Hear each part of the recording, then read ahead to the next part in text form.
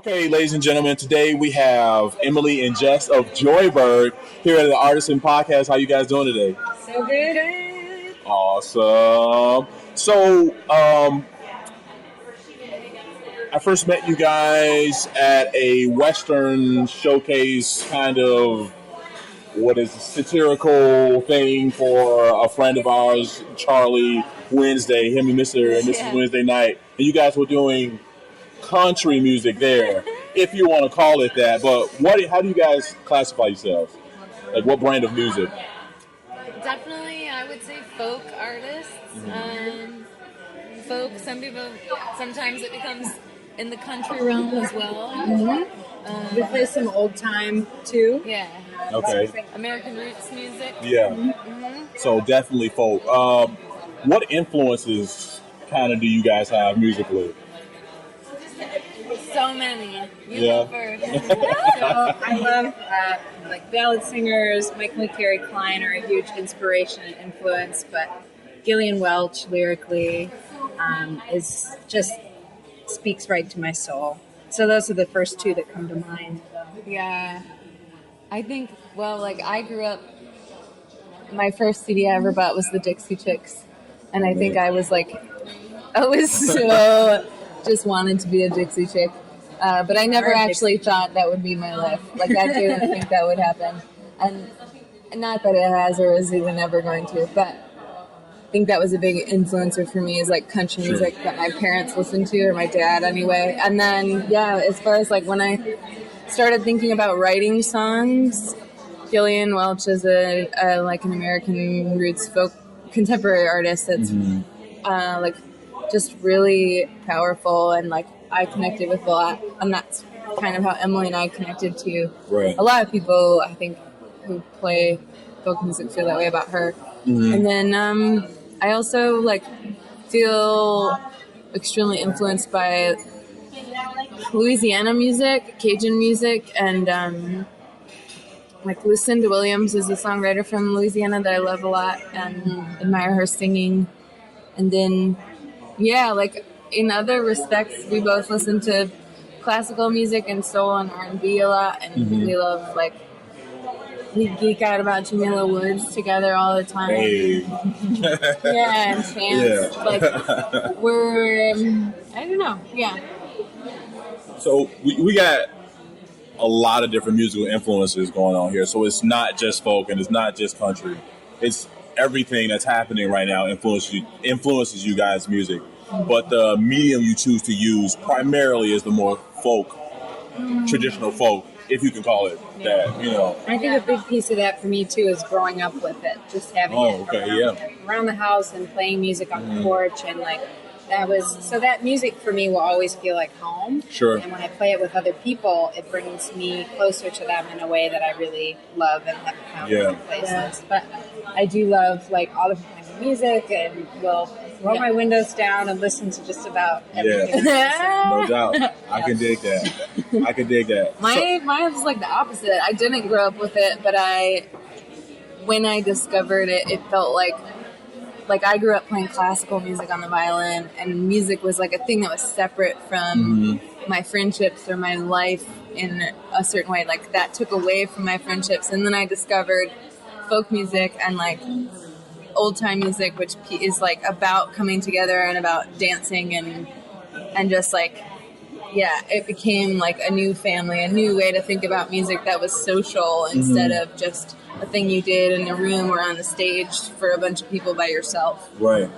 One thing you brought up just now, I noticed that with a lot of folk groups that I run into, it's a very communal art. I don't know if it's just because the scene is smaller than, say, the traditional pop scene, or the essence of the music is more about it's very personal, and the way people grow up, the things that they're doing. I don't know what it is, but I find that folk is just, when other folk artists get together, it's like family. It's a real family vibe there, even for people who don't really know each other. Can you speak to that a little bit? Have you had the same? I know you guys just went to the festival recently, and you told me yeah. it was Kentucky, you said? No, it was Michigan. Yeah. Michigan, okay. Did you get that vibe while you were there? And if you did, like, what was going on? Like, what were you all doing out there?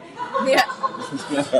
That you can tell us. Yeah, right? No. Just, like, there's a lot of learning that goes on. There's workshops and that kind of thing, but then there's also just tons of amazing concerts and dances at night, like social dancing, square dancing, and like partner dancing, and just like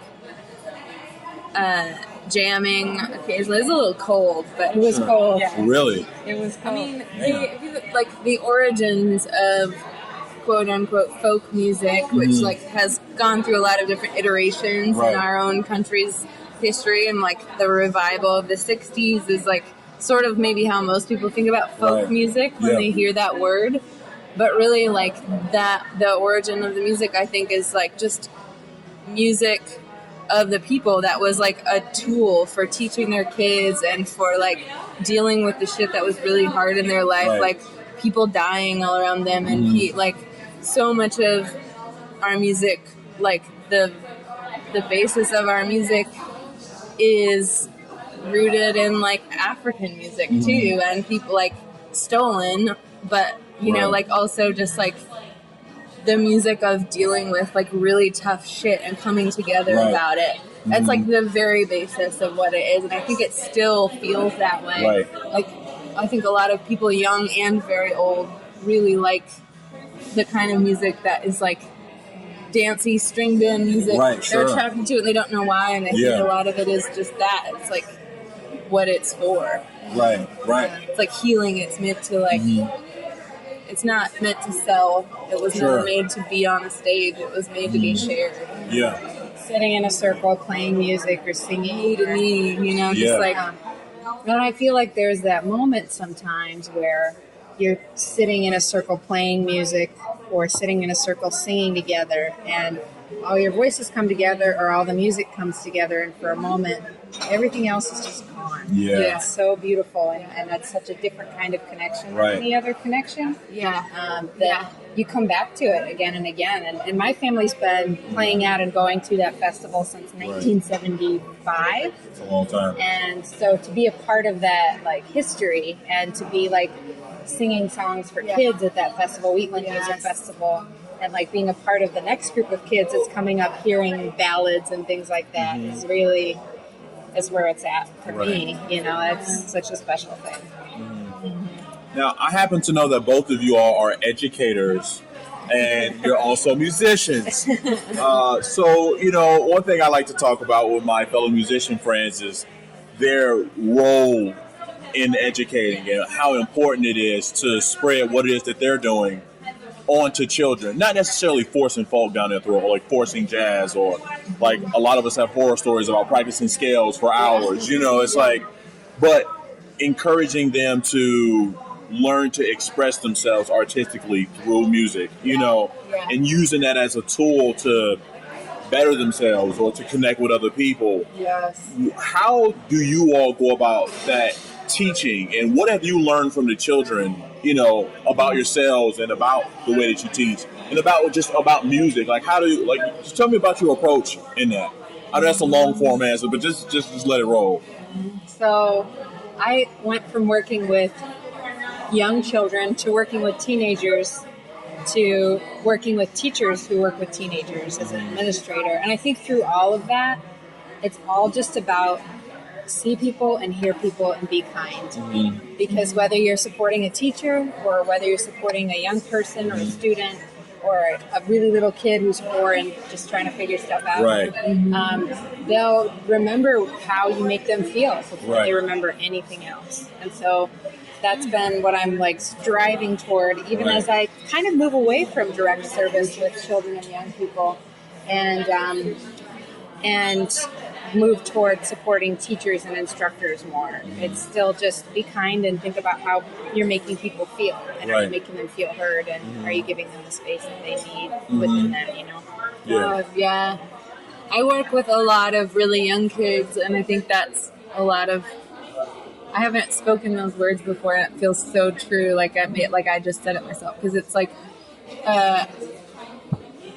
is crazy. Like I get to be the one grown up in their life that's not like talking at them about how to do something. I just get to like be with them and like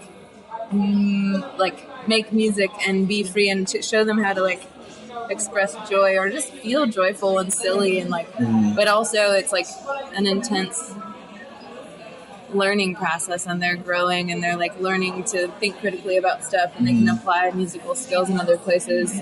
I guess I just like I think about it like not like I'm training them to be masterful violinists someday or something, but just that we're like creating more beautiful people who like feel, who are able to feel the things that they need to feel, and they're like growing kindness and empathy by playing music together. Yeah.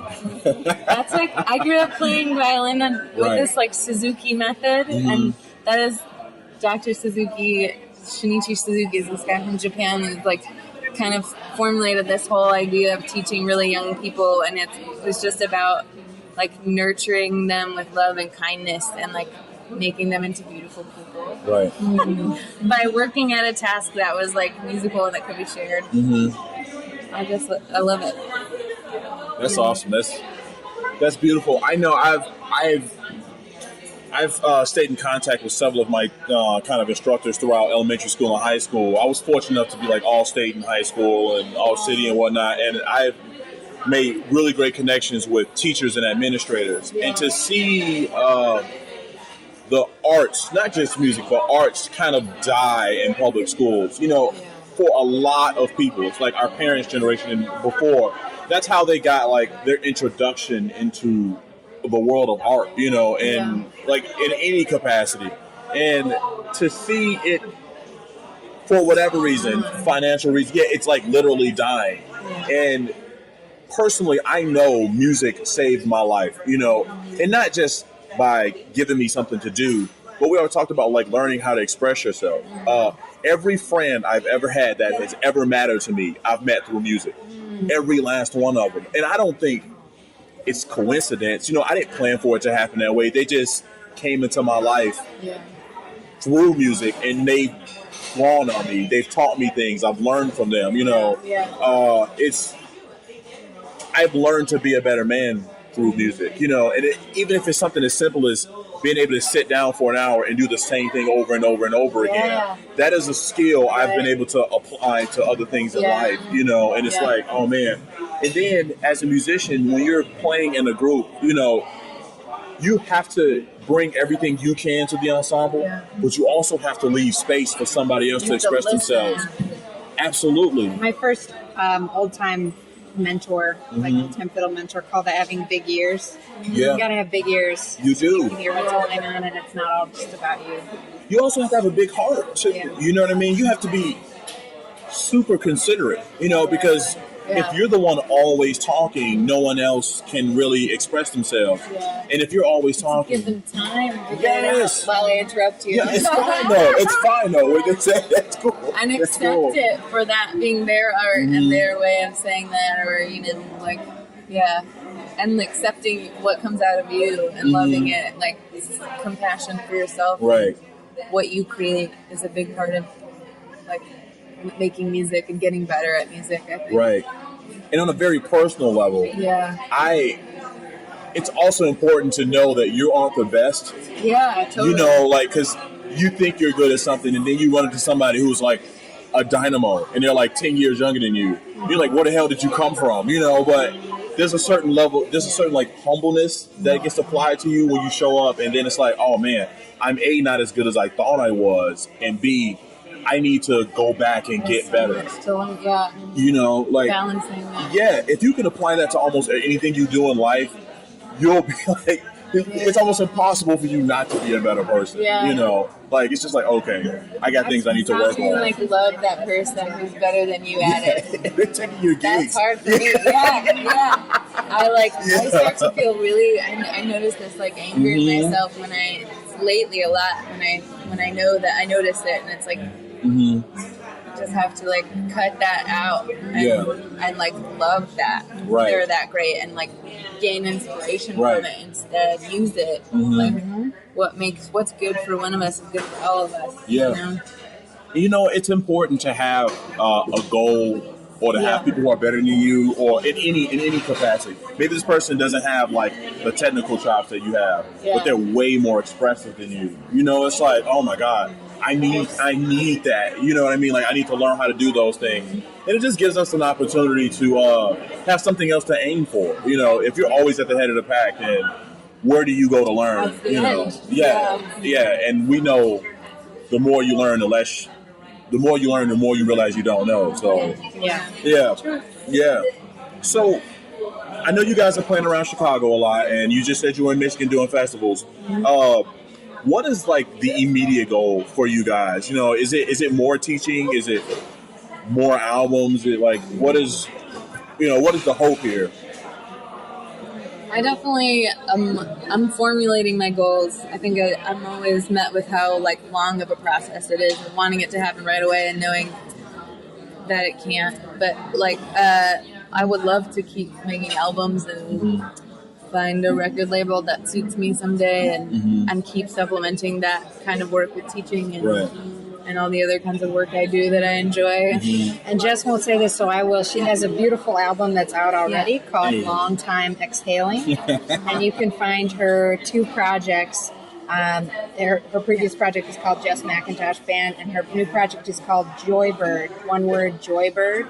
And it's dynamite. So because she won't say all this, you got to go check it out. It's a beautiful album. Please check it. We worked really hard on it. It took for fucking ever. Yes, absolutely. But hopefully making a new one soon. We're writing new music and singing new things. And Emily writes incredible songs as well. No album yet? No album yet. Hopefully soon. Maybe we'll make an album together. I mean, you'll absolutely be on my next album. I don't know about yours. So keep a watch out, and we'll have some stuff in the cooker, in the pot coming out soon. Absolutely. For sure. Tours. I'm touring this fall. Awesome.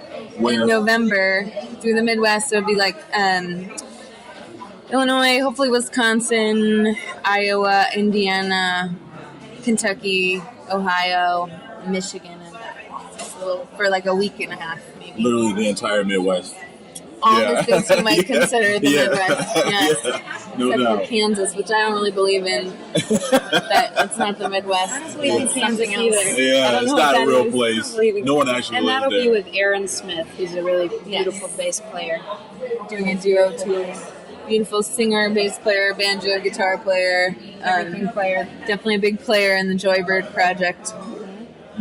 Yeah. So, you guys are multi-instrumentalists as well. What? It's all good. We're currently at the Grafton, right? Is that the name of this place? The Grafton. It's a bar on the north side of Chicago.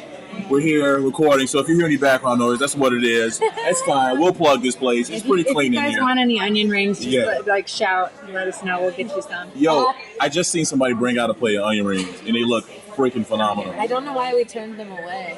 I know, we should have did that. I'll get something for you guys. It'll be my treat want to for. crunch in the Come on, microphone. yeah. It'll be an effect for the show. So you guys are multi-instrumentalists.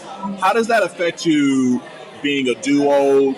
Like, how do you all manage like what instrument you're gonna play? How does that affect your writing? Because I know I play a little guitar, I play a little bit of piano. My main instrument is trombone. And every time I pick up a different instrument, there's a different part of my brain that wants to react to what it is I'm doing. Yes. Do you actively do that when you're writing music? Or, just talk about your music writing process and, is this a guitar song? Is this a fiddle song? What are you thinking about when you're in that creative mode? I think usually I jump to guitar first, which is funny because it's not really what I would consider like my home base instrument growing up playing violin, but I don't write a lot on the violin. I think, like you were saying, like different parts of my brain are activated. When I'm trying to figure out a melody, I pick up the violin, but when I'm trying to like accompany words I wrote, I might grab the guitar or banjo. And then I think both of us have experienced this where like we'll write a song on one thing and later have the idea like, oh, this might sound good on the banjo. So then we try it and it kind of can take on different lives and different instrument voices.